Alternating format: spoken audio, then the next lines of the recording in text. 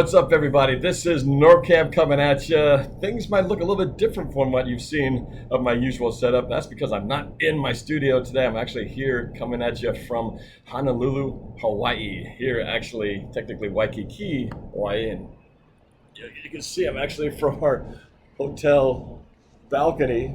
And if you can see in the background, well, it's a little bit bright, but that is actually Waikiki Beach right there. So, it's a cool setting. Technologically, I'm a little bit challenged, so you might hear a little bit of air conditioning noise in the background and some traffic noise and some horns honking, but that's just the live feel here in Honolulu, Waikiki, Hawaii. So, but either way, I wanted to make sure we can do this show because we're NFC champs.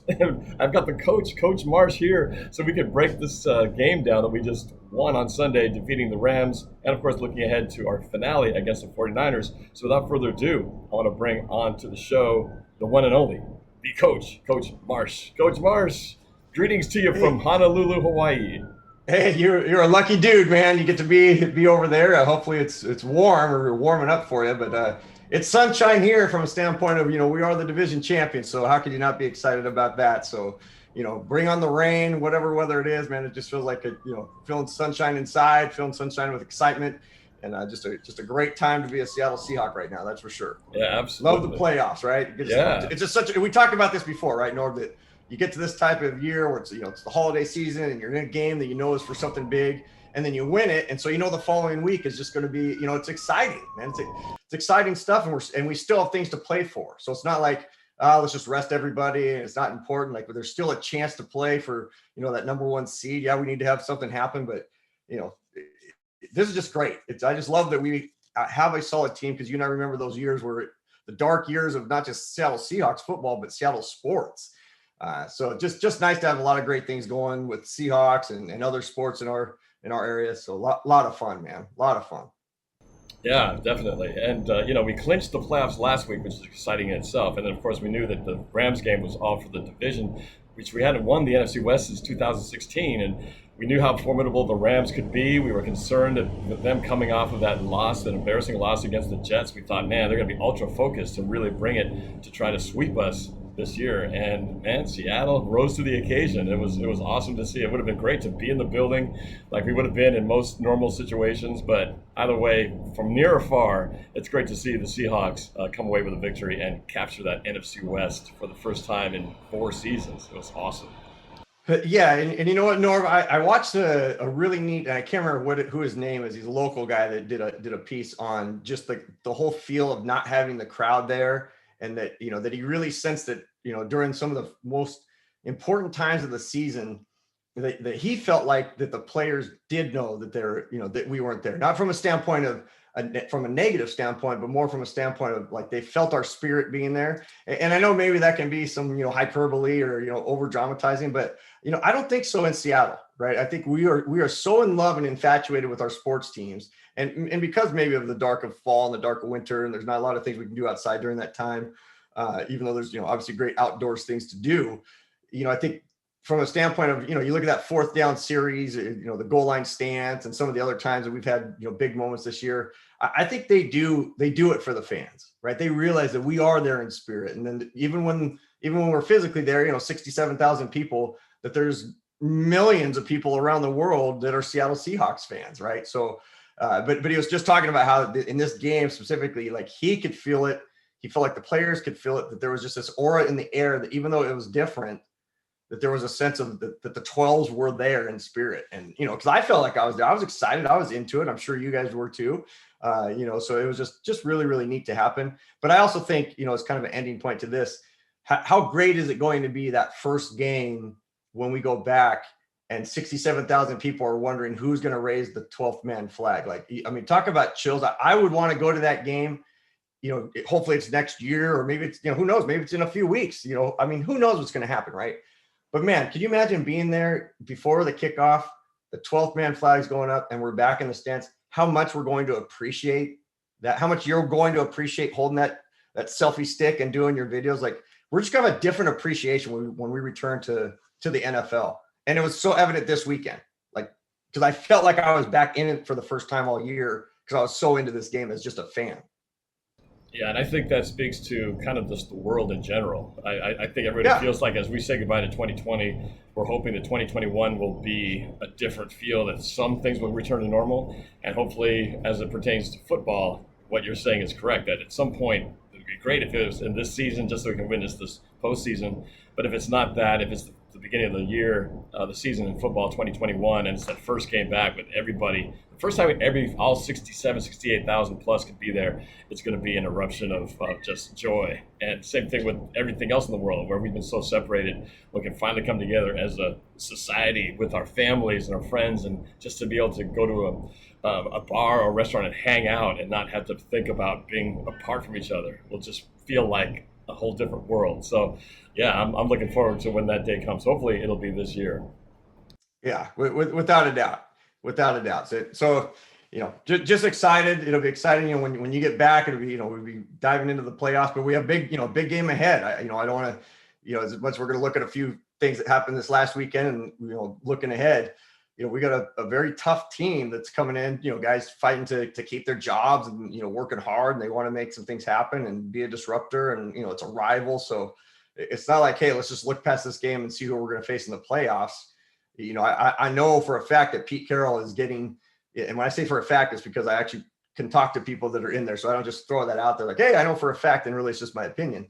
It's based on communication with people that, they're looking at this game, and the coaches are focusing on this game just like it's just as important as every other game. And that, the good thing is that's a decade's worth of culture that he's created. It's not a first-year guy who's come in and trying to sell these guys on, hey, this game is super important and we need to do this.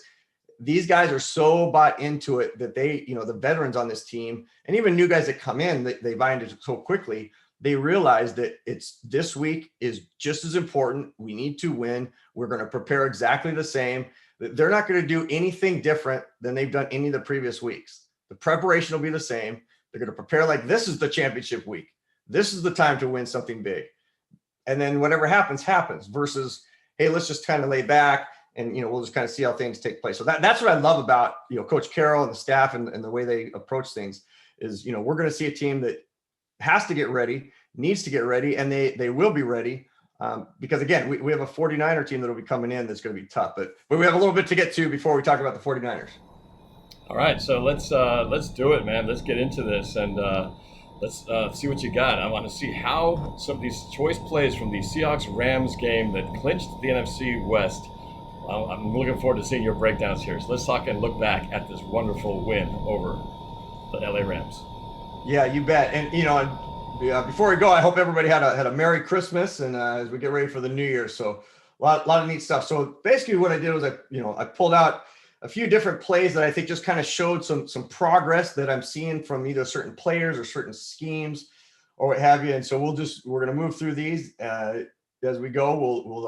We'll break them down, ask the questions, and we'll go from there. So the first one, I'm going to just simply let run, and then we will come back and break it down a little bit. So this is just showing the end zone view of this play. And really it's for the final portion of what we see. So it's less about what we get from Russ, except from a standpoint of from right here is where I want to break it down.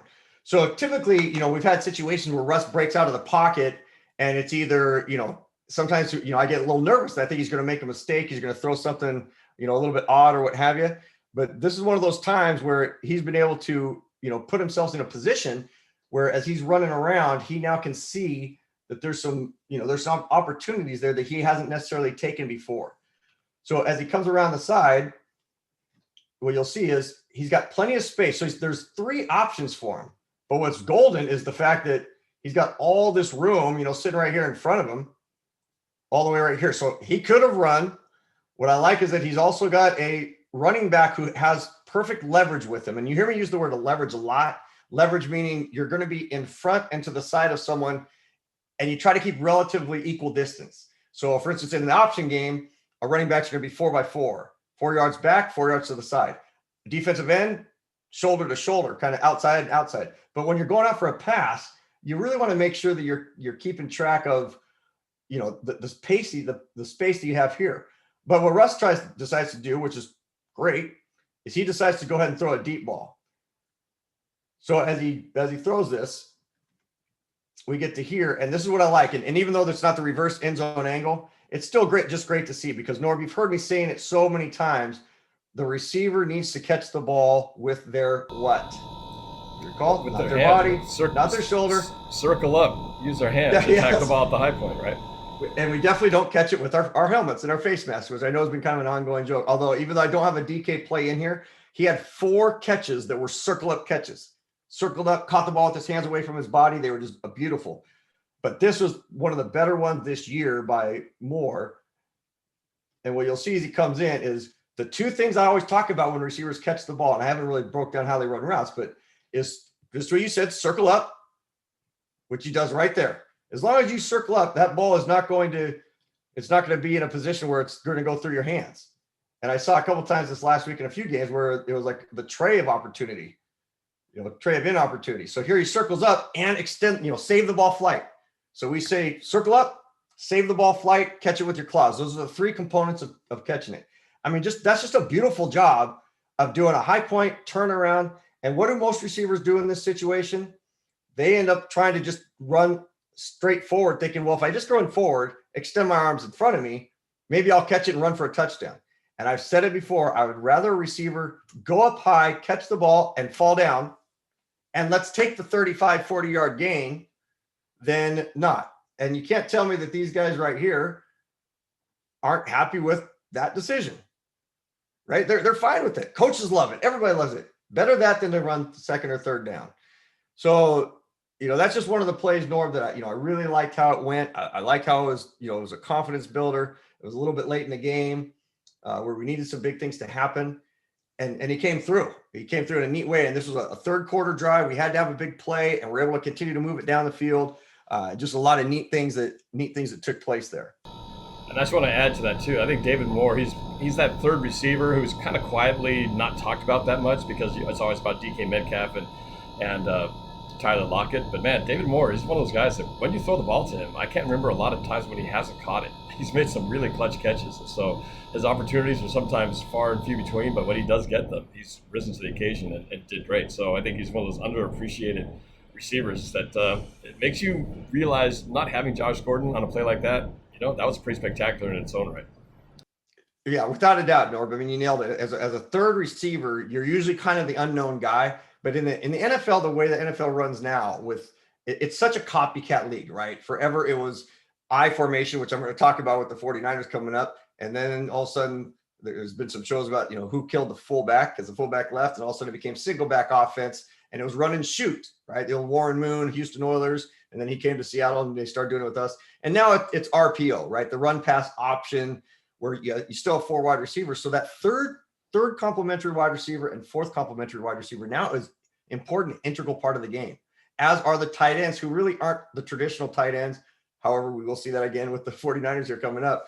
But look at our slate of receivers right now, man. I mean, I'd have to argue, you go back to the Super Bowl times, that we had a group that was as strong and catches as well as the receiving group we have right now. And I'm talking as a totality, right? From a receiver to tight end, and look at those guys. Those guys weren't superstars back then, the Curse and Baldwin, and they were just coming into their own. Well, same thing here. I love that we have a guy like a Moore that can come along and, he's never going to be double covered, but he does come up with a big catch.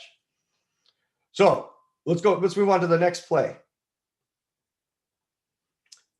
So what we have going on here is this is going to be the touchdown run by Russ. And this play, what I want you to really take note of after we let it run once is going to be what happens with a specific player. I mean, a great veteran player who understands what's about to take place, just the knack of it. And again, I'm going to let you just watch it again in regular speed, regular time. You see Russ, he's reading. Great play. Hey, Russ, keep it. And Norb, this is what we talked about last week. We talked about this last week from a standpoint of, Russ playing more aggressive. Like when we need a big play, go after it, make the play. And there were some times where Goff, in his situation, he made a awful throw on the 1 interception. But even the announcers were saying, hey, there's times where you have to kind of go after it and get the first down. You can't be sliding all the time. Yeah, you're talking about that play where he needed, I think, 4 or 5 yards or 6, and he slid 1 yard shy of the sticks, and it resulted in a punt. All he had to do was run it with that big 6-foot-plus frame. He should have been easily able to just fall forward and get that instead of taking the slide. So.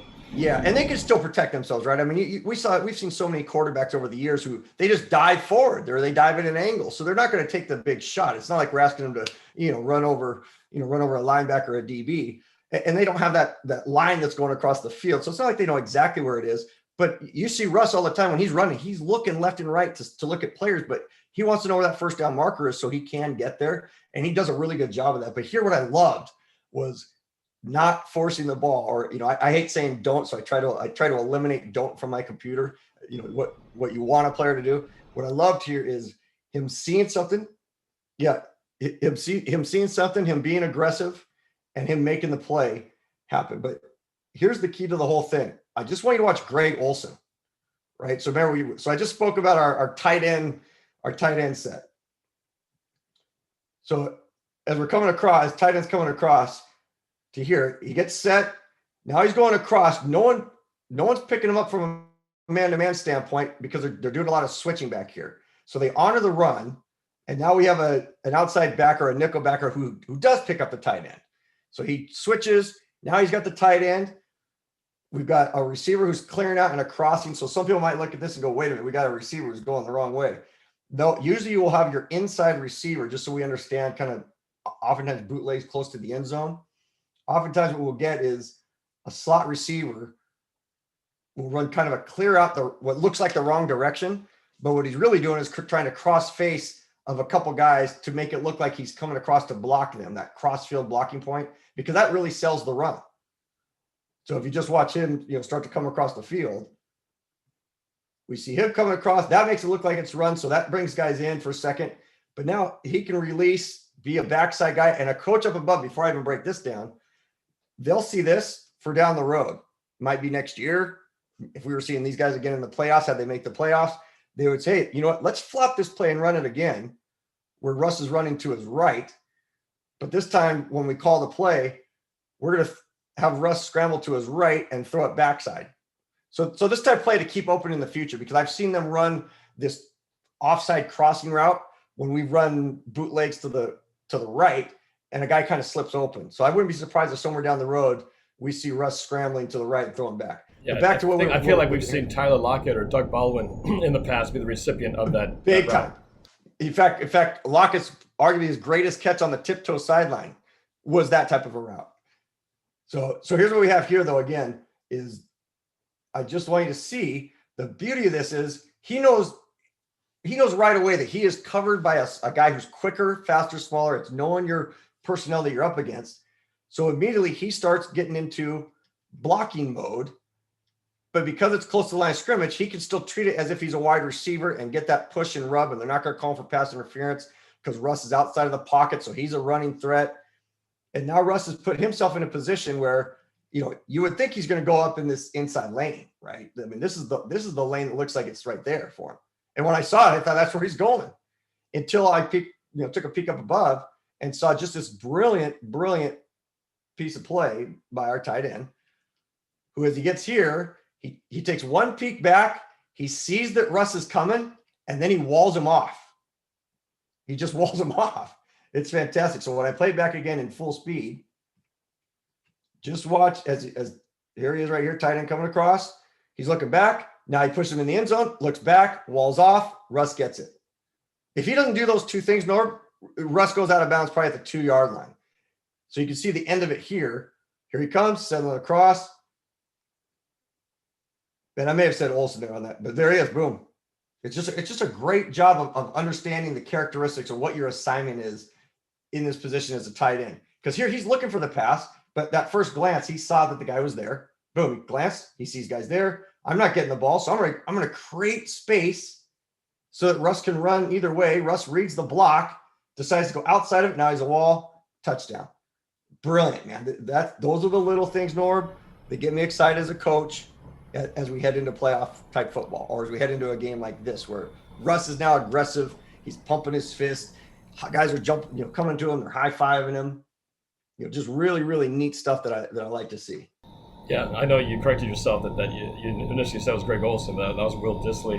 Yeah, Disley, it was though, Disley. great.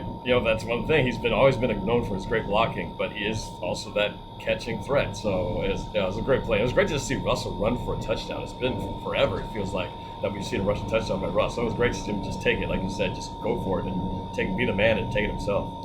Yeah, I totally agree. And the reason why I said Olsen was because I had thought about before the show, just what a guy, the presence of what that guy brings to the locker room, and why I think our tight ends are excelling the way they are. I mean, because he just put together this big, foundation that they opened up. People may have seen it during the game, back in Charlotte. I mean, the dude is a giving person, giving personality. I remember when they did the preseason stuff and Will Ferrell came on and did a joke with him and stuff. I mean, just a great guy.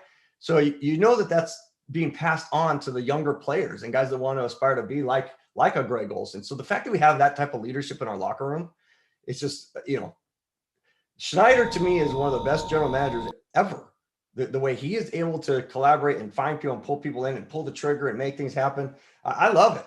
We're not going to get all the right guys, and it's not always going to be perfect, but at least we try and we go after it. And that's the mentality of our team. So love it. Yeah. And that is why in the beginning of the season, in the offseason, I said, I'm really excited about the tight end group. I think this is going to be one of the best and highest impact groups. It didn't look like that for a while there, but now I think as we're reaching the stretch, our tight ends, they got tight end got the game winner against the Rams. So that's a great group. Your boy Hollister, you're never short on praises for him. Came through the clutch. No doubt about it. But it is the whole group, right? I mean, I'm a Hollister fan just because of so many of the things I've seen him do, but I've seen the other tight ends do stuff. And as I've said before, in every level, all sports, I think the tight end is the most underrated position in sports. If you get a mismatch or you get a solid tight end that can block, has decent speed, can catch, we have 3 of them, right? But 4 of them when they're all healthy. I mean, it's just unbelievable, the slew of tight ends. But they're underrated. Like, no team is coming in going, we have to stop Hollister. We have to stop this. But man, oh man, how many times have we seen them come with a big block, with the big catch, with the big, whatever here or there. I love it, man. I love those guys. Love the tight ends. Yeah, so totally agree. So let's hit the next play. Can't wait to see that. Yeah, let's do it. So now I'd be remiss, Norb, when I talked about this with you before the show, this is arguably one of the, it's going to be one of the best plays you ever see. It leads us into the 4 down stop. And I think what people are going to remember over time, or think that they remember over time, is that this was the play that helped, this was part of the goal line stance. This wasn't even part of the goal line stance, Norb. This started the goal line stance, right? If Adams doesn't make this spectacular play, and if you're watching for the very first time and didn't see this, you're going to see one of the most spectacular plays you will ever see a human being make in the NFL, ever making a tackle. And it's by Jamal Adams. But what's great about it is, again, football is I'll probably say this every show. It might be my own show someday, that football is all about angles, because this guy gets angles as well as anybody I've ever seen play the game. It's amazing. And you have to understand angles at the NFL level. So what we're going to have here is you've got Adams coming down as a drop down backer. And I love how they play him, Norb, but I love that they have figured out a way to maximize his talents. The guy is really not a safety, right? He's kind of a quasi linebacker, defensive end hybrid. Like, create a new name for him. He just needs to be like the Hawk. Just call him, he's the Hawk backer or whatever, because look what he's doing. The games he's playing with a quarterback that I don't think is really that great to get with. And then again, starting in the NFL, you have to be decent, but Goff is not that good, and it showed. But look what he's doing. He's back. Now he's up. Nope, I'm going to go back because I see that he's checking. Now I'm going to come back up. And I love right here, what we teach guys at every level, Norb, is if you're coming off the edge, you come off the edge with your inside leg up. And you'll see in the NFL times where guys get tired and their outside leg will be up. And why is that important? It's because it keeps your shoulders level. And I'm not going to over telestrate, because people can see when I say keep your shoulders level. It means keep your both shoulders squared to the line of scrimmage. Everybody right now, everybody on the front, all the linebackers, all the DBs, all the safeties, one of the rare times that you can see 11 guys whose shoulders are essentially parallel to the line of scrimmage. That is the position you want to be in. But when you're blitzing, if he had his right leg up, as guys get tired and their outside leg is up, their shoulders start to turn in and now they're not in a good football position. Same thing, and I'm going to come back to just so you can see me for a second. Same thing with wide receivers. So it works both sides of the ball. Most wide receivers, and Seahawks do it 90% of the time, their inside leg is up as they look into the football because it keeps their shoulders square looking forward. If you go outside leg, if your outside leg comes up looking in, as you get tired, your whole body starts to turn in, and now your get off becomes slower. So this whole thing starts from the very beginning. And when we're talking inches making a difference, like the football's a game of inches, and he even said it after the game. He said, I learned one of my first lessons in football was that football is a game of inches. Well, here you go. Football being a game of inches. Here it is live, coming around the corner. And I mean, tell me that guy didn't think he's getting a touchdown, Norb. I mean, he absolutely thinks he's getting a touchdown. For sure. He thinks he's just going to waltz right in there. He had no idea Adams on his tail. He had to be so excited when he got to the point right here where he saw this. You know, where guys are this is walled off right here. He can see that he's getting a push around the corner. I mean, all that space. No way does he think as a running back that a DB is going to get. He's going to crush whoever comes in his path. But man, oh man, we have to go back and see it from where it started from.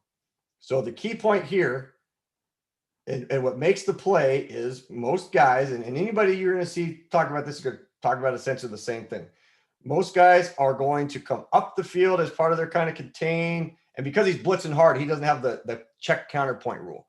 He's not a defensive end, meaning he doesn't have a responsibility of making sure there's no reverse or anything else. When you're blitzing, your rule is go after somebody and just go after him, whether it's the right person or not. Pick someone and you're going after him topside shoulder. If the quarterback, meaning don't let him bootleg out. And if it's the running back, go after him. But most guys are going to come up here and then they're going to go across and chase from behind. And then they might adjust their angle here to try to beat the running back who's going out here to here, right? But no, what he does is you're going to see him get around the corner and then boom, he plants himself and he's just in this chase mode. And then he dives, snags his ankles, and it's just enough to make the play happen. So just watch the tight angle that he takes when he comes around this corner. Boom. You can just see it right there as he planted that hard foot. So he basically just comes and he goes, as he's down in his stance right there, pushes off. He's there, right there, and he's already diving inside. Now, what if this is a bootleg? Well, you know what? We're not worried about Goff beating us on a bootleg, right? He might beat us and throw it, but he knows he's got umbrella coverage. So that's why he can take this chance as the Hawk backer and come after this guy because they have it blocked extremely well. So if he doesn't get it, we might be talking about a whole different situation right now. Yeah, and don't forget the fact that he anticipated that snap count. He was off the ball before the lineman or anybody. That he was in sync with that ball getting snapped. That's a great call, Norb. I'll let it play live time until I catch us right back up. So what Norb's saying there is as soon as Goff checks, now he knows the play clock's running down. There's an internal clock you have as a defensive player and his offense too, but he knows that a quarterback just went under. Now quarterback stood up, checked to a different play, and he checks to the right play. But the fact he checked to the play means clock's running down. Maybe he takes a peek in the end zone, sees that there's 5, 4, 3, it's coming down. So he knows he's got to go down quickly, which is why sometimes I wish Russ would snap the ball quicker as well, because we've seen teams do that to us. But you're right. Right here, he's looking, boom, there he goes. Snap count, he's full speed. And man, I mean, the effort to dive and just get his feet enough. And what they teach is trying to either, it's like sweep the leg, right? It's Cobra Kai. You're trying to get the back leg that's coming back at you to cross over and then come down on the ankle of the right leg. So you're trying to get your left, if he swipes at his left leg, he's trying to get that leg to cross over, swap over, you're just tripping him up. But there's a science to that. They don't just dive, like they're diving and trying to grab and hit the correct, proper, mechanical piece. So he does it there. He gets to his right leg, gets it over, and then gets to the correct leg when I say right leg. And it's just enough to stop him there. And that starts what becomes arguably the greatest goal line stance. One of I hate to say the greatest, because I obviously haven't seen every single one of them, but the greatest goal line stance ever. But just to see him at full speed here, Norb, and this one I'm going to take a little, extra 60 seconds on, just because you just have to appreciate it.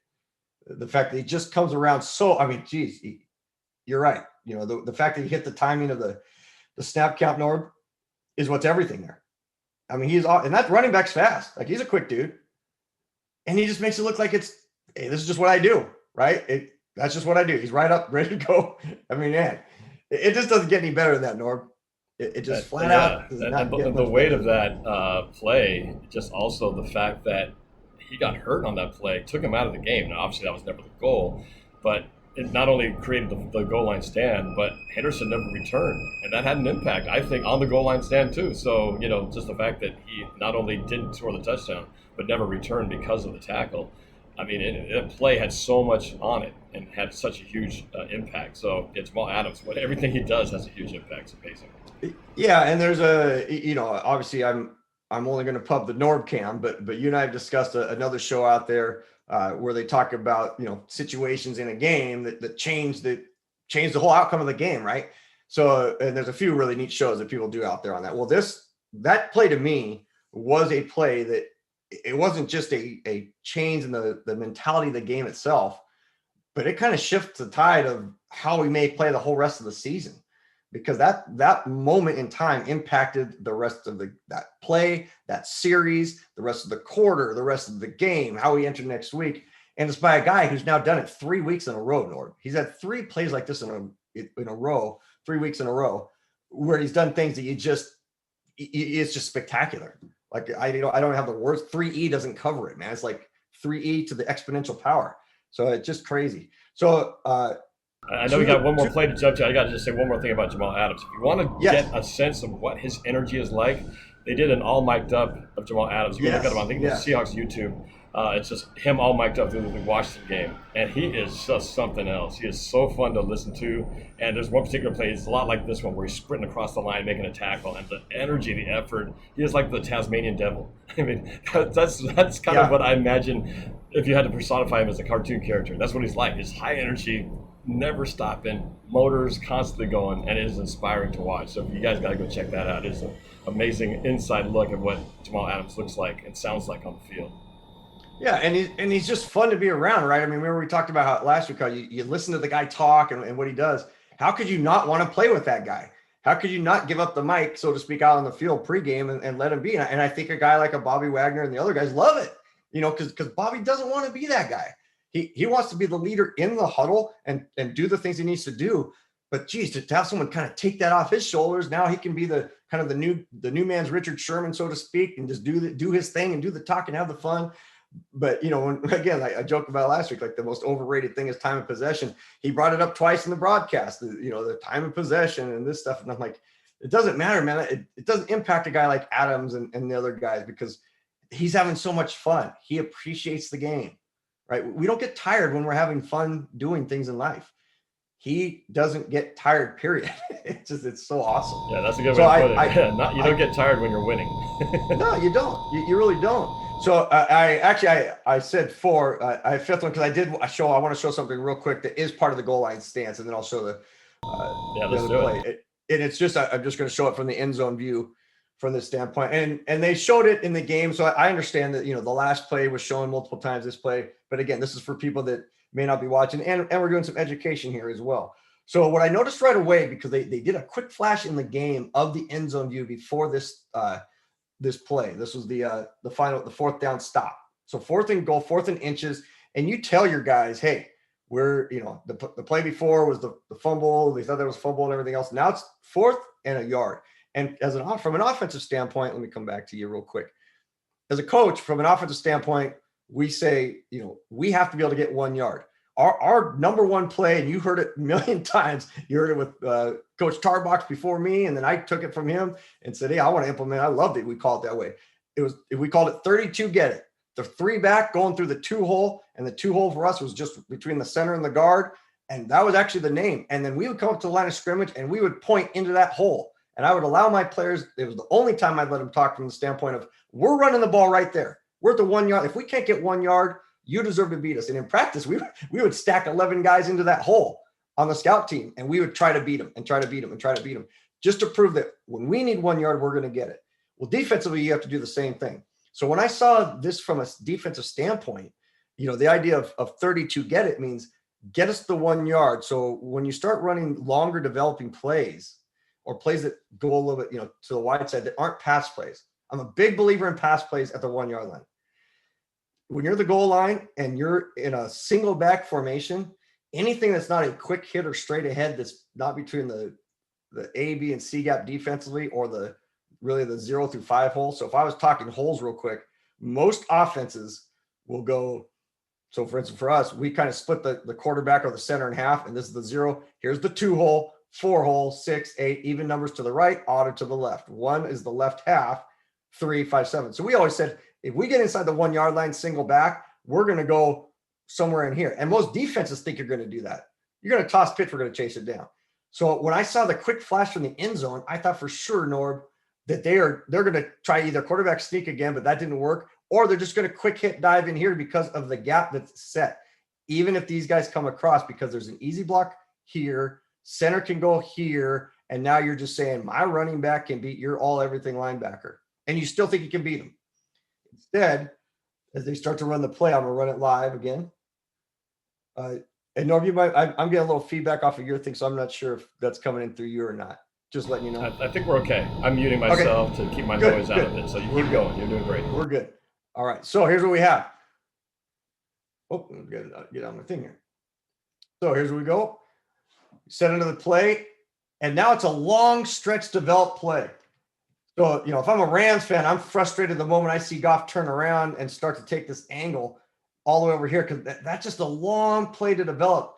And you can see why it doesn't work for them. If they were to run it inside, and I'm explaining this from an educational standpoint, the reason why you would want to run it from middle of 79s back to the middle of 70s back or 73s back is because you're usually going to get your best push. And they get a double team right here with 63 and 79. So if the play gets pushed up right off of 63, he's going to go right up in there and score. So why he gets the ball and goes outside, again, advantage to us, we make a great stop. We have 5 consecutive great plays, starting with Adams on the play, and then it's 1st and goal because they still got the first down. And now it's 4 plays inside the roughly 2 yard line to make things happen. So he bounces it out. But if you flip it to what did we do exceptionally well, man, oh man, they talked about it, and it was golden. We say all the time that the low man wins. Well, here you go. Here's a situation where you absolutely have to win this battle when you're a linebacker up on the line of scrimmage. All these guys have to hold their ground, and these back guys right here, they're cleaning up the mess. But if the front guys don't hold their ground, none of it matters. We'll talk about holding their ground. Just watch right here what happens. That's our rookie linebacker, Jordan Brooks, by the way. That it is. But the low man wins. So he keeps his helmet down. Now, this guy, his posture is good from a standpoint if he's got the proud chest, right? We always say, you block, you do everything with a proud chest, stick it out. But the fact that he gained the leverage by getting down into the side, keeping his outside, we try to say keep your outside arm free. He's in a forced position, trying to force it back inside where this linebacker can come and meet the play. So he's actually in good position to potentially make the play, because the running back obviously didn't run to the hole that he was supposed to, because you can tell by the blocking where it's supposed to go. He gets shoved backwards. This guy's back at the 3 yard line. So the fact that we did our job here allows us to make the tackle over here. Man, just fantastic job. And then the best part of the whole thing, Norb, and with me, man, I'm not the guy who's just like, hey, ho hum, we made a big play. Like, I want to see our guys get excited, get jacked up, high five and jumping around. How great was this when they got it? Woo! Here we go. Right? The guys are excited, man. Like, I love it. And that's stemming from Adams. And he makes the big play earlier. Now these guys are, dude, how exciting is that? I would play that so many times in a film room, Norb, that excitable. We stopped them, and instead of just stopping them and going off the field, guys hold their fists in the air, guys are running around bouncing. Like, that was not just a goal line stance, because it was important, but that means these guys are taking pride in what they're doing defensively. They're believing in the defense. They're believing in Coach Norton. They're believing in Coach Carroll. They're loving where the things are going, how we're playing. So it's awesome to see. It is flat out awesome to see. Well, and this, while the defenses, they've talked at length about how the defense has transformed from being one of the worst defenses to now being one of the best defenses since, I think, week 10, they've really transformed. But one thing they have been good at all year, even though they've given up all these yards and points, at the goal line. They have been very solid. I don't know how many times maybe we saw them do it against Cam Newton and stop him from getting the game winner at the 1 yard line. I think there was another time. I can't think of the other time. There is, but there's another time. But hold on, Norb, don't bring it up because you don't know the surprise that's coming at the end. Okay. It may be part of the surprise. Okay. I will I'm stop. going to stop you right there, my friend. Besides, you keep the show moving. All right. I'm too smart for my own good. Okay, so let's keep it rolling. I'll toss it back to you. What do we got next? Yeah, it's not that you're too smart for your own good, but you just know the deal, man. You know the deal. So much credit. Yeah, what you got next? Are we still in Rams or are we in the 49ers? No, or this has been last play because I mean, shoot, I got my guy doing his thing, so I have to. Let me get it queued up here. Here we go, and I'll convert it over in just a second. All right, so this is my guy, man, and you know who my guy's been all year, right? My guy's been Hollister. So what I love about this is now we've moved past the let's reward tight ends for great blocking, and now it's becoming let's utilize our tight ends for the skills that they have. So they have to respect them. Bill, you may want to hide your image there because it's going to go right into your zone. I'd hate to not be able to see his play because you're facing the one, even though you're beautiful. I appreciate it, but man, not as beautiful as this play was. I mean, talk about excitement because again, this is we use that line, you kill a fly with a sledgehammer, not with a fly swatter. This is the sledgehammer. Like this is, hey, let's drive down and kill him with the sledgehammer. Let's get this game over with. And this is it right here. So here's the play just at regular speed. Okay, so Hollister comes in motion, gets his route, goes to the outside. Again, would anybody say that Hollister's the fastest guy? No, not even close. You wouldn't even rank him. When you're talking about the great tight ends in the league, and now he's out of a receiver spot, and he has to go in motion. He has to run run basically what we call a wheel route, get to the outside, get somehow, some way, he gets that much separation. I mean, that is nearly 3 yard separation. So let's look back and break it down. What he did, what the defense maybe did wrong, what put him in a position to be able to catch that ball. First off, we are getting great initial upfield running by our receivers. And the best part about this, Norb, is where would everybody think they're going? Boom, right? This is where we've been trying to force it, trying to make things happen. So now that we've just proven that we can go to the other side of the field, it forces teams to balance back up. Yes, they're still going to key on those two guys, but it means you can no longer be sleepers on the other two guys, which is obvious. But the reason why I'm putting the square on that is because once you have to put your focus on 4 guys, it opens up a lot of stuff for this guy. So you can see what happens as the season goes on and you start developing plays and you learn the personality of your team, what it is that they can do. Well, so what Hollister does is as he's coming down, gets himself set, it allows – the reason why they do this motion inside is it allows Russell to see, are they switching guys? Is it a man-to-man? What type of coverage do they have? Now, to me, it looks like they're playing in a pretty solid man-to-man. I mean, it's pretty obvious that's what they're doing. What the Rams do not do, which was very surprising, is what would be an obvious switch. I mean, a switch that you would teach at the high school level. This is a very simple switch situation. Now, that doesn't mean that the Rams don't have a rule of, hey, we just don't switch. When we're inside the 20, our rule is we never switch. Stay with your players and go over or under. And I'll explain over or under in a second. But what you get here is, and again, Hollister, he's a tight end trying to run a simple route, but he does a great job pumping his arms. It's the first time I'm talking route running. You'll see guys in the NFL, or it drives me nuts when I see guys training, and when they go to break into their route, they pump their arms and they do it like this. They hammer like this, and they think that's going to make their legs move faster. The way, if you're learning how to play a receiver or running routes one-on-one with your family or whatever, you rotate at the shoulder and you drive your elbows back as hard as you can because your arms will always synchronize with your legs. So if someone ever tells you to run faster or someone needs to run faster, all they have to do is drive their arms faster by pumping their arms quick. If you hammer, it doesn't work. So what you see here with a receiver who needs to get in and out of his breaks quicker because he may not be the fastest guy is he's driving his arms. So watch at regular speed, watch his arms. Do. It's really quick, but that allows him to not take 15 stutter steps. He takes 3 steps. It's 1, 2, 3, there he's gone. So that's the point number 1 that allows him to get that quick break. Point number 2 is back to the shift.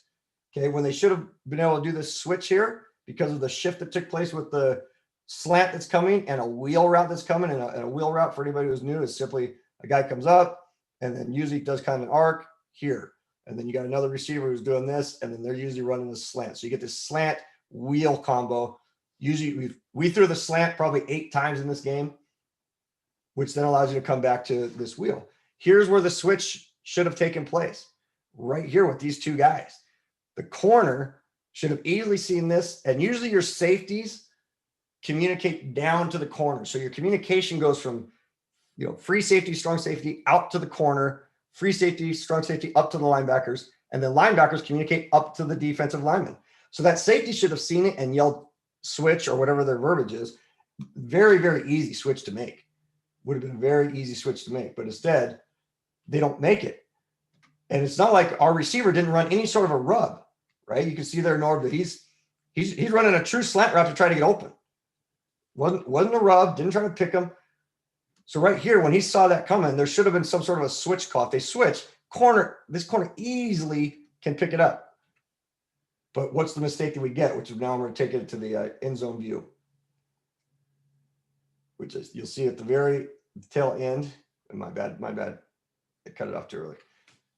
What you'll see is if you watch the strong safety, how he breaks on it, anytime a guy's running an out route and you're on top of everything, it's pretty obvious, but I'm going to tell it straight on this one. He needs to come over the top of this thing, right?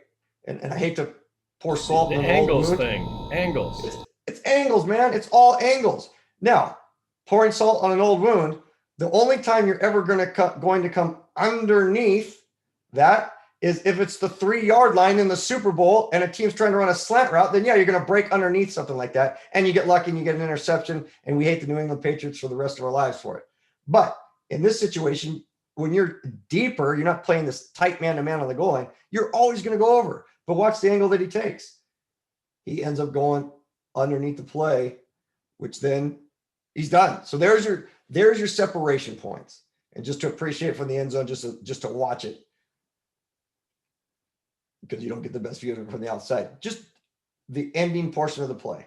So the reason he gets open, A, he uses his arms in the break. And B, he's able to have that safety come underneath. So quick break out, safety underneath, that immediately allows him to have that happen. But what do I love about the catch, Norb? Tell me one of the 2 things I love about this catch. He circled up, caught it with his hand, and he high pointed it. He circled up and he high pointed. Norb's he's going to be the I won't give away your age, the all adult wide receiver tight end one of these days.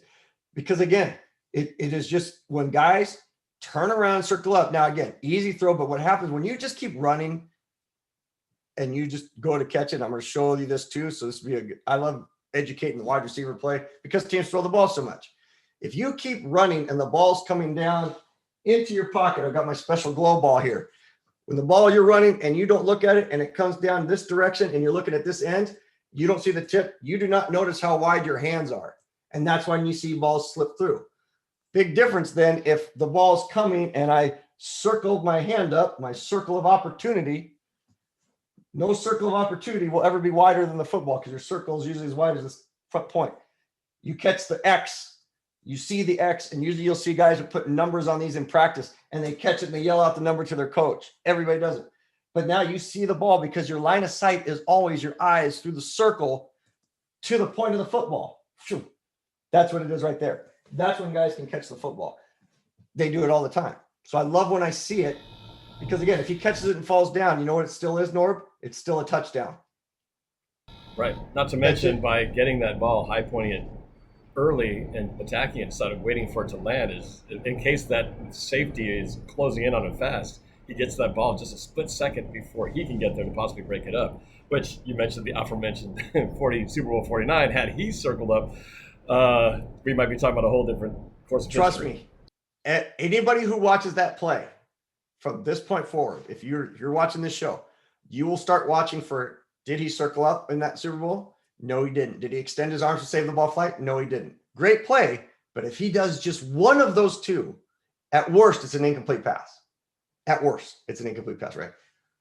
No game, yeah, whatever. But so here's the great point you brought up, Norb, and this is why I love that you have that you do have a high football IQ. You just been nice enough to invite me to do this show with you. What he does, and he does it every time. All of our tight ends do it, and this is why I love tight ends. They do it quicker than anybody else because they know they're usually always going to catch the ball in traffic. Most receivers learn to catch the ball and immediately single tuck. Tight ends learn to catch and double tuck before you turn forward because you know linebackers are about to crush you, right? Well, so what does he do here? You can see that he, not only does he make the catch, but watch how he immediately, his habit is to turn and look for linebacker. Oh, sorry, Norb. I get so dang excited here. What he immediately does is, his habit is to catch, turn and look for linebackers. So it's not that he's turning his head. He sees the ball. He hasn't turned his head too early, but he quickly turns his head out of habit and quickly double protects the ball. You can see it, elbow in and elbow in underneath here. And this guy is swiping down at it. This DB is coming in, punching at it, swiping down at it, just what you just said, right? Like safety could be coming over the top, but look where the ball is. It's already down in his gut, hand protected on the right side. If I had the sideline view, boom, touchdown. Like I love that, man. That's why he's my favorite player, because he just does all the right things.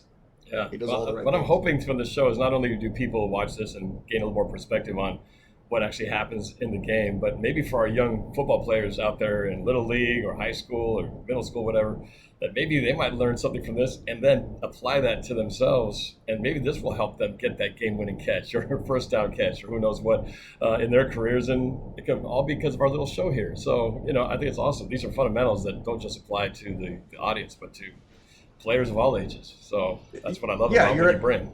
You're absolutely right. And and it's even for the kids, and I'll even take it to the other bonus, obviously, is for all those, parents that want to coach or, again, guys that go out and play in their fun leagues or whatever. I mean, football's such a fun game, right? And we do it even when we're playing, I was playing catch with my son or something, you're doing all these other things. It's just a great opportunity to learn and get to know the game. And last night I was talking to a friend on the phone who was watching the show, and he said, yeah, I thought I knew a lot about the game, but I actually picked up something and now I'm watching the game differently. Like, to me, that's fun. Like that's the give that I want to give, that joy to people that, he said, I've been watching the game for 30 years now and I never knew, blah, blah, blah. And I was like, wow, I didn't know you didn't know that. I would have assumed you kind of knew that. So that, and I'm still learning the game. That's why I watch other people do stuff, because there's so much to learn about it. That's what makes it great. So let's go ahead and, so now we're going to change our focus, Norb. So I don't know if you want to hit on anything on the 49ers before I jump into this. Let's get into it. Obviously, I don't think we have to worry about Seattle taking this game lightly, because there's plenty to play for. And technically, the number one seed is still up for grabs if some help from the Saints and the Packers, them losing and us winning on Sunday, could give us that amazingly still available number one seed. So they have plenty to play for. So I'd like to think they're going into this game razor focused and with the desire to win at all costs against the Niners. So yeah, and I went back and looked at the last handful of years of the standings, and again, because of the crazy year that it's been, there was probably one year that I saw where that you would argue that, yeah, going into the final week, man, who knows who's going to be the number one. But for the most part, you kind of knew how the final week was going to shake out, and maybe the 5th or 6th seed was up for grabs, or the 3rd through 6th seed was up for grabs a little bit. But to me, even though we need a little help, this is the year that it could happen, right? So you have to take this game seriously, because you have a chance to do it. Because I mean, my guy Aaron, who I keep talking about, he looked like the MVP in that frigid snow, where it's like, hey, I'm just gonna throw to my receiver and let him catch a handful of touchdowns and do his thing. So we keep saying we don't want to go to Green Bay. I'm telling you, we don't want to go to Green Bay. So we need to win and hope that things happen, and off we go. Well, I got to add before you jump into your diagnosis of these choice plays is that if you go back to my season Seahawks prediction music video that I did back in August, I said we would be at 11-4 at this stage of the season. Now, granted, a couple of games were off by we flip-flopped the Arizona game, and we beat the Falcons. I thought they'd lose that one, and I thought we would beat the Giants. Other than that, though, we're still at 11-4, and I said we were going to lose this game against the 49ers. I have a much different feeling about this game. So going into it, Bill, what do we have to do to make sure that I'm wrong about this last game as I predicted before, so that we can be 12-4? Let's do it. Yeah. So I got to tell you, man, I'm really, nervous wouldn't be the right word, because I don't get nervous. It's more excitement. Like, I'm excited for this game, because I think this game there's just simply a lot of things psychologically to it. And, Squabble and Steezy, when we do our round table, and when the other guys are on, but really those two really love to talk the philosophy of the game. So, the couple things that are maybe working against us or that we have to think about, right? Norb, do you know where we're playing this game this weekend? Because it's not in San Francisco. We're playing in a place that we don't like to play. It's the House of Horrors. Yeah, we're playing in Arizona, not in San Francisco. It is. And to be honest with you, the players, I never felt like the players get too caught up in that. When I was a player, we'd face a team that was our rival, and when we had to play them there, it wasn't like, oh man, we have to go to this, or in college or what have you. I don't think the players take it on too much. Coaches do, because you've matured in life and you're hearing about it and you're talking about it. So that, they're thinking about it and overplaying it, and how do we make it work? But it's definitely, we just don't have a lot of great memories there. So I think it was a great chance to wipe the slate on that one, right? It's also a rival, right? It's a rival that, they want to get the best of us. They want to be able to say how many times they've beat us in 5 years, like we want to say how many times we beat them in 5 years. And it's their beautiful city versus our beautiful city. And it's all, so it's all these fun things. I love it when they are our final game of the season, not, any of the other teams that are in our division. And they have some seriously good players and a quarterback that, quite frankly, I'm nervous about. If I were to say I'm nervous, even though I don't get really nervous, I get excited about these things. So I'm not going to talk about the defense, Norb. I only have 3 plays for this, and I didn't put the special teams on there. But special teams for them, not that hot. Like, they're not the greatest special teams. So I'm confident there. Defensively, while they've given up a lot of points in most of their recent games, in this game here, they played very similar to how we're playing now. Blitzing a ton, hitting hard, coming after them, making things happen, reading plays right away. Arizona tried a screenplay, and man, their whole defense on the first step, they read it, turned, sniffed it out. So we have to be very, cognizant of the fact that they play very hard against plays, meaning their defense plays hard against our run. And I'm just talking about this before I go into this, so let me come back to you real quick. Defensively, they're going to come after us very, very hard. So we have to be able to utilize our bootlegs, utilize a potential, receiver screen, some of those quick hitters, because they play the game very well and very sound. Remember a little while earlier, teams were talking about the 49ers as potentially being a team that could, make the playoffs and do some crazy stuff. So this was a game against Arizona where Arizona did a lot to lose it, though. So I'm going to show you offensively, just because of the personnel type. I think it's a fascinating blend, and the fact they are running an offense based on a quarterback that's come in that I love. I love the offense, and I love the fact that it's different. And you recall, Norb, when I coached, I always tried to run an offense that nobody else ran, that was different. Well, this goes back to the old, somewhere they found the fullback. The fullback has been found, and they brought him back, and they've come into the I formation, and they run a lot of I formation, and they use this fullback in a lot of different ways. And sometimes he squats like a frog. Sometimes his back is level, and sometimes he's got both hands on his knees. That kind of dictates the plays. So I'm going to show you this first play. And again, there's going to be a couple of these I formation plays, and I'll talk about personnel as well. So this was a kind of the turning point of we just need to end this game. This play right here. Now, running back presses the hole extremely well. Fullback does his thing. Their line blocks exceptionally well. Again, and they're playing with some serious pride. So this is a nice looking counter play that they run. So you'll see that the guard's going to pull right here. So as the guard's pulling through, he's pulling the kick, but you also have a fullback coming through. And in I formation, the fullback is considered the third guard. So it's like having an extra lineman back there, which allows you to do a lot of stuff if all of a sudden you feel like we're going to buy into the running game, which they are. And they were getting them in, big gashes, as we call it. So in terms of, and that's some verbiage I can give you right now as well to learn the game, which you can throw out to family and friends. In the running game, just like I did the tic-tac-toe last week, this week I'm going to talk to you about 2 quick running areas. When we do the running game, this over here we call the gash. We're going to run into the gash, G-A-S-H. And this over here they call the void. Not a lot of history behind why they call it that, but you can remember G, first earlier letter in the alphabet for the left, V is the void. So if you hear me say, hey, they're running into the gash, or you hear an announcer say, boy, they really took it into the void. And sometimes the announcer doesn't really explain, well, why did you even say that? And so people are like, well, I don't know what that means. Well, now you know, because you've been watching NorbCam in the coach's corner. So here they're not gashing them, they're running into the gash here, into the gash area. So he gets a great fullback block here, helmet to the inside. This guy does his job when a guard is pulling, even though he missed the block, his job is to get guys up the field. So both these guys get their guy up the field. You get a great receiver block right here. I mean, just a fantastic wall-off block. And all he has to do is keep his legs moving. These are the type of plays that we can get into a lot of trouble with because of our defense, which is why I chose this play out of 70 possible plays. Because we're playing aggressive now, if one guy doesn't do his job, you're in trouble.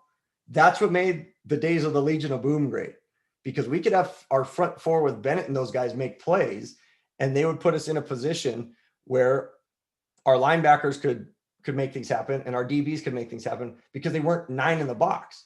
Well, as soon as you start going 8, 9 in the box and you're blitzing and guys are getting caught up in the wash, now he's usually a sure-handed tackler, but he misses, that's the last line of defense.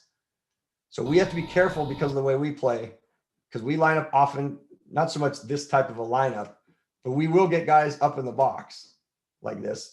Kind of reminds me of that Giants game where the guy busted out that same angle, the same side of the line, and Jamal Adams had to do the game-saving or touchdown at that moment, saving tackle, or not, or pushing him out of bounds. But it kind of reminded of the same thing. As soon as he broke through, once he got past the first level, second level, he was almost gone. Yes, and that's a great call. And where we've become a lot better is we tell linebackers to read the guards. The first thing that they're doing, and they do it in instant, is they look at the linemen, the guards, and the running back to quarterback.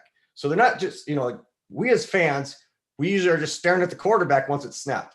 When you get used to watching the game from a coach's view, you start watching the center and the nose really, but really kind of right around the center for about half of a second as the play goes, because it tells you right away what's happening. So what you see here from Arizona, and the reason why I'm saying this is because we need our linebackers to understand what's going on. I'm sure they're running this week. Right away, this play looks like it is going to be going to the 49ers right, because look at all these guys going to their right. He's going to the right. He's going to the right. He's going to the right. He's going to the right. Now, these guys can't see the fullback very well, but remember what I said, you read first. You look linemen, and then you try to look specifically at guards. Well, both these linebackers are going the correct direction because they see that two key cogs, remember we said the fullback's a guard in the I formation, they recognize that 2 of the 3 guards are going this direction. So pretty dang good play and pretty good job of being in position.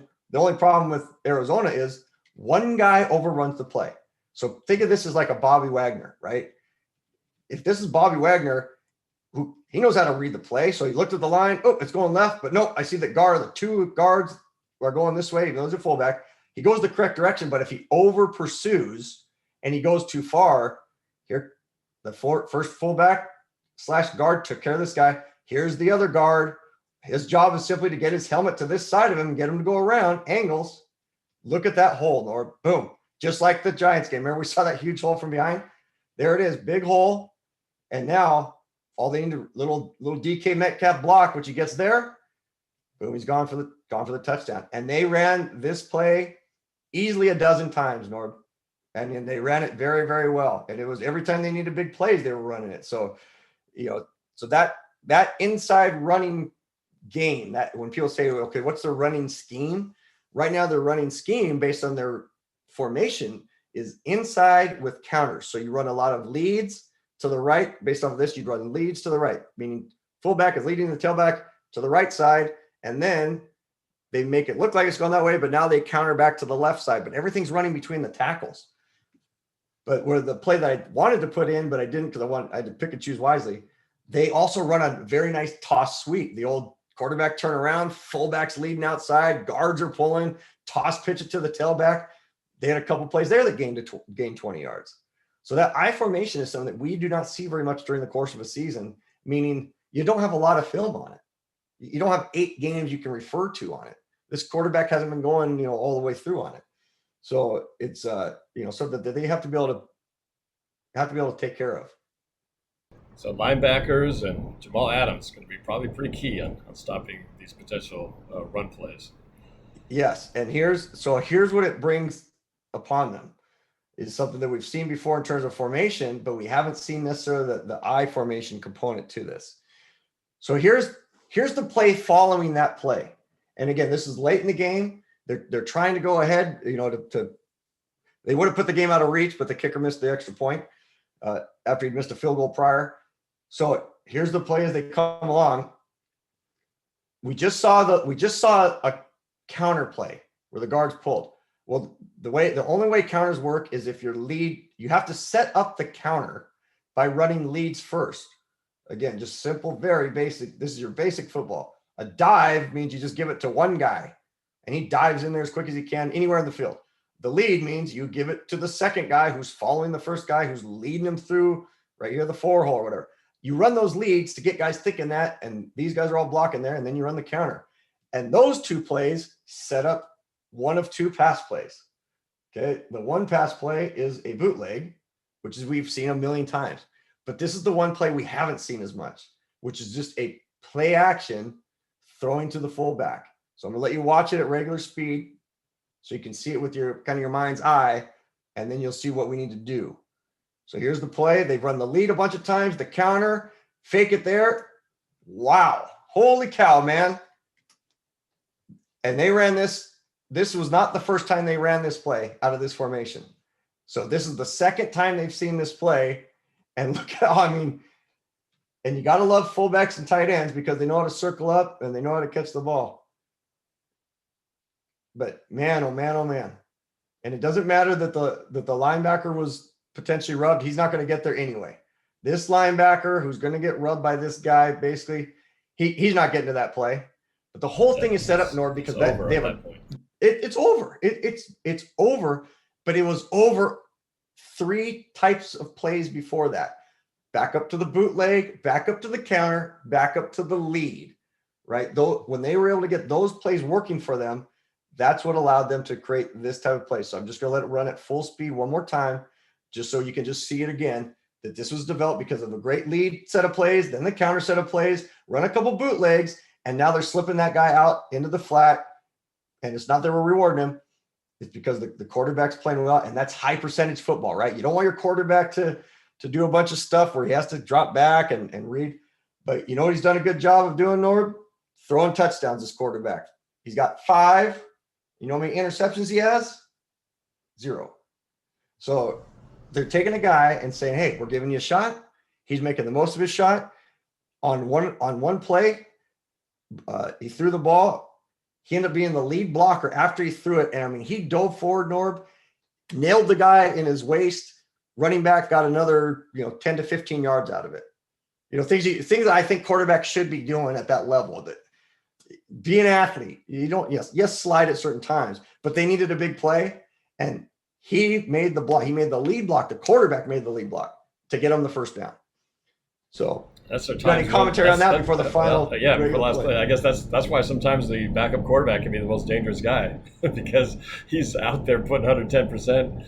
He doesn't have the same things at risk as a starting quarterback does, and he's doing everything possible to try to earn himself a higher starting position somewhere. So, this is our third string quarterback we're starting to worry about here, and who would have thought that would be the concern going into the final game of the season? Yeah, third string quarterback, and he averages 7 yards, 7 yards per attempt and 7 yards per completion, and that's great when you're using your backup quarterback in that situation. I mean, those are the type of yards you want. I would love every quarterback ever to, if they want to be successful, if you can average 7 yards of completion, that's putting you in, 2nd and 3, 3rd and 3, or it's usually a first down. So those are the type of things you want. And he's completing, 60+% of his passes, which what can you expect from a guy who's third string guy? Played his football at Iowa, right? So it's not like he was in a hardcore passing attack. So here's the third play that I'm going to show. It's a pretty basic play. So some people may look and go, well, gosh, there's not a whole lot of breakdown to this. But again, to me, this week is more psychology. Just like last week, we had a phone call. Someone said, how do you prepare team coming off a loss? Like those are the games I love coaching. These are the games I love coaching too, right? Where it's more psychology than it is X's and O's. You know the team. Your team knows, everybody knows how to block and tackle and how you're going to do the angles. But the psychology of the game is where you have to get it. So on this last play here with the 49ers, but don't leave us because I've got a bonus play for you as well. I think people are going to love. What we have here is just a simple, basic, protecting quarterback in shotgun. Again, this is late in the game. Okay, late in the game when Arizona's going to get the ball back, but instead of getting the ball back near midfield, they're trusting in this quarterback who's played a great game to the point, Norm, I got to tell you before I come back to this play, he was playing so well that they were treating him like a guy in the 7th inning who's throwing a no-hitter. He'd come over to the sideline, go sit on the bench, and even the commentators, I had to go, after I was looking at the plays, I had to go back and listen to what the commentators were saying about it, and they picked up on it too. Guy's sitting on the bench, and no one's coming and talking to him. Not a coach, not another player, nobody. He's all by himself. And then he goes back into the game, he's playing, he's come back, it's like, like the guy that's pitching the no-hitter that sits at the end of the bench and nobody's talking to him. I'd never seen it before. For a guy that's playing well, usually it's the kicker that misses the ball that goes back over there, and misses the field goal. So here's what makes this play important. They've got a tight end by the name of Kittle. I think everybody who watches the NFL knows this guy. Great player. Here's the psychology of the game. And why I know this information, don't ask, but I was able to figure it out. This quarterback and this tight end played football together in college at Iowa. College roommates at Iowa. So you don't think they have some synergy with each other, that they don't know what a back shoulder throw is with each other, that they haven't thrown the ball a trillion times with each other? I mean, these guys are social media buddies. These guys go out to dinner. They know their family. So when he needed a big play and he's got a wide open guy coming across on an easy drag, even though it's it was 3rd and 12 or 13, he throws a backside shoulder pass to a guy running down the seam from the 35-yard line to the 40-yard line, 26-yard pass. So you can see where I can get nervous about a guy that's coming in who you don't know a lot about. Oh, man, line's protecting well for him. They're sending 4 guys in a route. It's an important play. And he throws a dime from the right hash mark to the bottom of the numbers, back shoulder to the best player on their team. Man, those are the things you have to look for. That, again, you don't need to telestrate something like that. It's a psychological piece that, as a coach, you're trying to find those little things that you need that will make your team stay focused when it comes to running the plays, when it comes to where is Kittle. Like, you got to know where that guy's lined up. But if we take care of that guy, we also need to take care of the running back and that fullback. And they've got a quarterback that's throwing with confidence. And that's just the offensive side of the ball. So I don't expect us to, go into this game and blow these guys out, because these guys are playing for pride and they're playing for their jobs. And you got a quarterback that, he's looking to maintain a job here or somewhere else. And after this game, he looks like he could do the part, right? I mean, there's already trade talks. We've been hearing about Garoppolo, maybe going back to New England and other things. This didn't help Garoppolo. It didn't help other guys that are, making things happen. So that a lot of stuff that can happen with these guys. But again, special teams, not very good. Haven't played well. Defense, they blitz the heck out of us, which can be good as long as we play it smart. But I'm most concerned with their offense, because you really don't know what they're going to do. And because they've gone traditional I formation and the fullback and a lethal tight end is very, very, very difficult to handle. Yeah, no, I don't think this is going to be a walk in the park at all. And despite all the injuries that they have, like you said, the return of George Kittle, who is arguably one of the best tight ends. He's just been out most of the season. And then this quarterback, so you just don't know. Well, you remember when he went out? I don't know if you recall when he was gone for the season, when they thought Kittle was going to be gone for the season, was a previous game near when we played him. So yeah, that's when he ended up going out. So all right, I'm excited about this bonus. 49ers, man, I'm excited to show this play, because I didn't think I'd have an opportunity to break this play down. It's a play that took place this year, which is why I'm so dang excited to show it, because nobody has talked about it. When it happened, it was kind of like, yeah, it's important, but it was the play after that became so big that it just got lost in the shuffle. This to me is the play of the year so far this season. It was the turning point for our season. It was when things started to happen, even though we fell into a funk, and it takes us back to the Minnesota game. In the Minnesota game, if you recall, they came down to the, inside the 10-yard line, and they ran a play that basically just kind of a funky little play that they ran. We stuff it, and then they make a decision on 4th down to go for it and get stuffed. And then everybody was kind of arguing, and, do you kick the field goal? Do you give them the time? I mean, it just wouldn't have wanted to be their head coach that week. But it's not the 4th and inches play. It's the play before that to me is just absolutely, absolutely phenomenal that takes place. So regular speed, watching the play. And I asked so many people after the game and the following days, like, did you see this? Nobody saw it. Nobody really saw it and appreciated it for what it was. So to have a chance to break it down right here is fantastic. So they ran this little flip around where it looks like it's going there. They flip it around that side. Looks like a great play. And man, this should be, he's got the first down. I mean, you just think he's got the first down, and then the spot isn't there. And we're going to watch the last little bit again. He's got the good block here. He beats that guy. He should get the first down, and boom. Okay, those two guys got him. What nobody really noticed, Norb, and this is why this guy, I was so lit up excited when this happened, because we were asked the question, and I promised that I was going to answer this question for Brandon, I think his name was. He asked, how do I watch football games? Well, one of the ways I watch football games, Norb, is I look to see what are the numbers that get up when someone gets tackled, because that tells me immediately where they came from or the hustle they made. Look at the 2 numbers of the guys that get up after this play, and you barely can see it because they cut it off on the main film. Can you tell what the 2 numbers are? Not, I'll tell you. Basically, they're in their 90s. I think it was 6. Isn't it like 69 or 99 or 43? I know they're linemen. I know they're linemen. Bingo. That's the key. It's 2 guys with 9s in their numbers because it's 2 defensive linemen, right? That are doing this. Here's what makes the play spectacular. This is the view that, when I was able to capture this view, I was blown away by what I saw. Absolutely blown away. This is my favorite play. It will go into one of my top 10 favorite plays of all time for the Seattle Seahawks because of right here. Right here and right here. This guy has the first down because the first down marker is coming up, and it's coming up really quick, and it's just out of the screen right about over here. And once he breaks free, he absolutely has the first down. There it is right there. He only has to go 3 yards, and he's driving forward. And then, boom, done.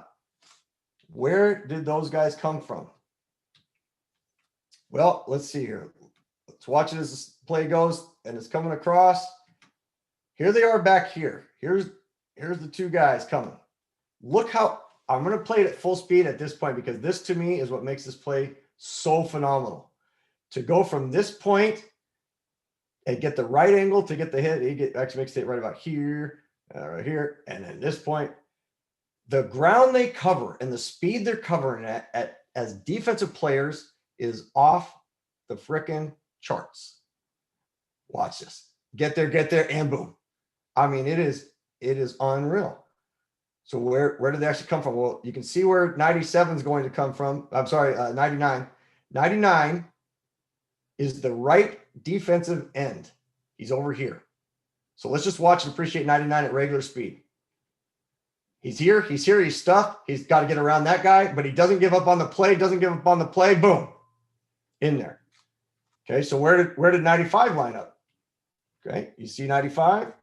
He's coming off the edge. He's your left side guy coming right off of here. Here he is, and he's too high. So he over pursued, becomes under the play. He slips. He's basically fallen 3E effort, right? Because we missed the tackle here, and our safety's not going to get to it. So think about it. This guy was slipping and falling. This guy's got to come from easily 15 to 20 yards away by the time he's out there. There is no way, Norb, we should get to this play. And man, oh man, I can't believe it. It's just unreal. Boom. And then 4th down, they decide to go for it. We stop them. And next thing you know, we're driving the other way and we get the touchdown. If they don't make that play there, Norb, he gets the first down. They win. They beat us. And now That is Who knows where our season is if we lose that game. That game changes the complexion of everything, because now Russ gets to go the other direction, drive us down. It's pouring down rain, and DK makes a great catch that he'd overcome a bad play earlier. I mean, so many things. When we talk about how something can make a transition, we talked about how Adams' play really made a transition in that game on the game against the Rams. That play right there to me was a play you can look back on. And I remember telling my wife, I said, look, that play right there, if we make the playoffs, that will be the play that we need to talk about somewhere. Now, I wasn't thinking that I would be part of the we talking about it. That's what I love. That's why I'm so jacked up right now, because that play, I just kept saying, like, if we get to this point, man, if we get to this point, and then as we start getting close to the playoffs, I'm like, do you remember that play that I talked about? Like, that's the play I'm going to bring up, because that play is so special. But people don't know it. They don't see it. So I hope that just by me bringing it up, maybe some others will bring it up and they can put it on their stuff or what have you. But well, I'm glad that we're putting it out there, Norb. I'm glad NorbCam is letting me put that out there. Well, I guarantee you that however many people this show reaches, that there's plenty of people who, if you're asked, what's the play of the year, would not have put that down. And I'm one of them. I would have probably maybe circled the one after, but I wouldn't have probably put that one. But that's a great. Yeah, because that was just as important. Yeah, and that's the thing. It's not that the fourth and one play isn't just as important. That play could also be considered it. What makes this one, to me, the play of the year is the fact that we get the stop, but it's what took place to get the stop. Same thing with Adams, right? If anybody makes the tackle and stops their running back at the 1 yard line, and we stop them for the next 4 downs, that play is still a big play. But it's the fact that Adams times the blitz and takes the right angle and chases the guy down and makes the play. It makes the play exponentially bigger, makes it exponentially greater, right? So that's, to me, why this play is exponentially bigger than the 4th and inches one, the falling play, because it allowed the 4th and inches play to happen. And it was caused by 2 linemen hustling their rear ends off because they love their teammates and they love football. And that's how you play the game of football. It's why other teams aren't successful. We have more guys right now, Norb, that are playing the game like that than teams aren't. And you heard a guy like J.J. Watt talk about it, right? If you heard J.J. Watt talk about guys not hustling, guys not playing, we get paid to play a game. One of the best speeches I've heard in a long time.